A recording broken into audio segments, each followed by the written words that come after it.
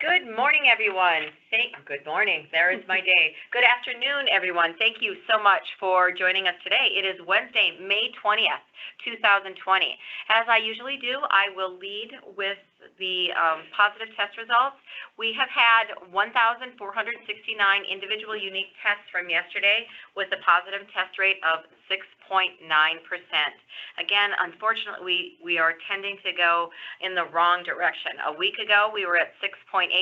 We dipped down over the weekend, headed back in the right direction on Monday. But again, since yesterday and today has been seen a positive upward trend, 6.9%. We've had 4 deaths, unfortunately, all of them in Cass County, men in their 60s, 70s, or 80s with underlying health conditions.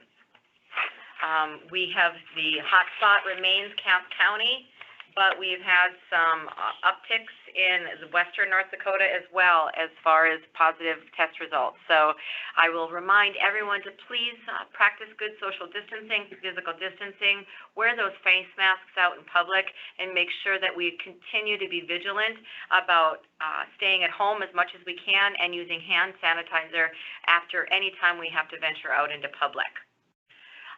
School approval update today. All 5 student speakers have been confirmed for the upcoming statewide graduation celebration.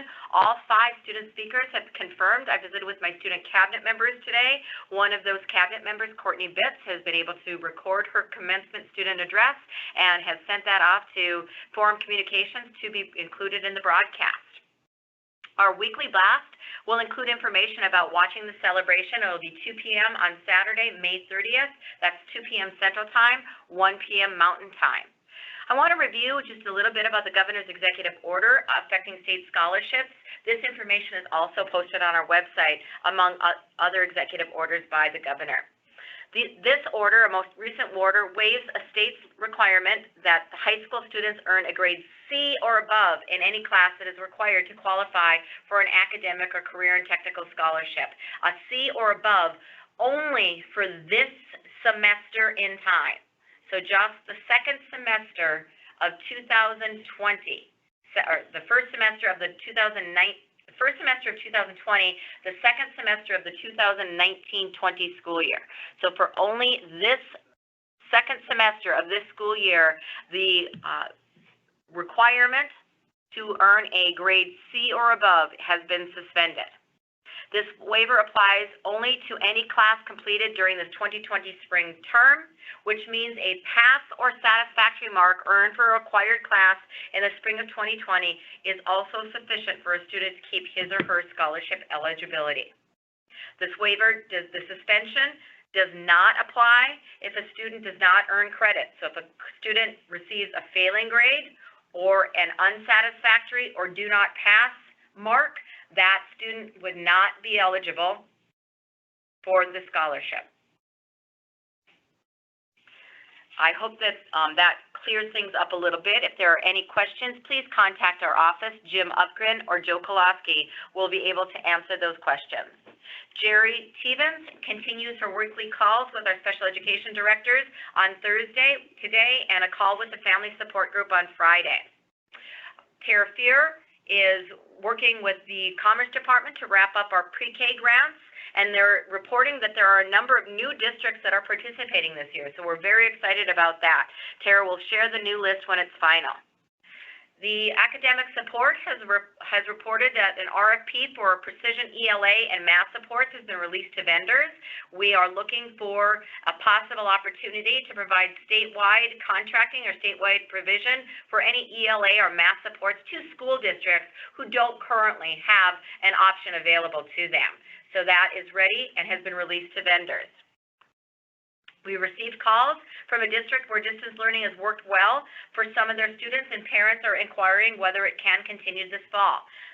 Our department continues to work with those school districts, and we want to remind everyone that the governor's order regarding distance learning still stands. The governor's order that was put into place March 15th is still in place and then reaffirmed on March 19th, allowing distance learning is still in place, which allows our school districts to provide distance learning to meet the instructional needs of our students in the state during this time.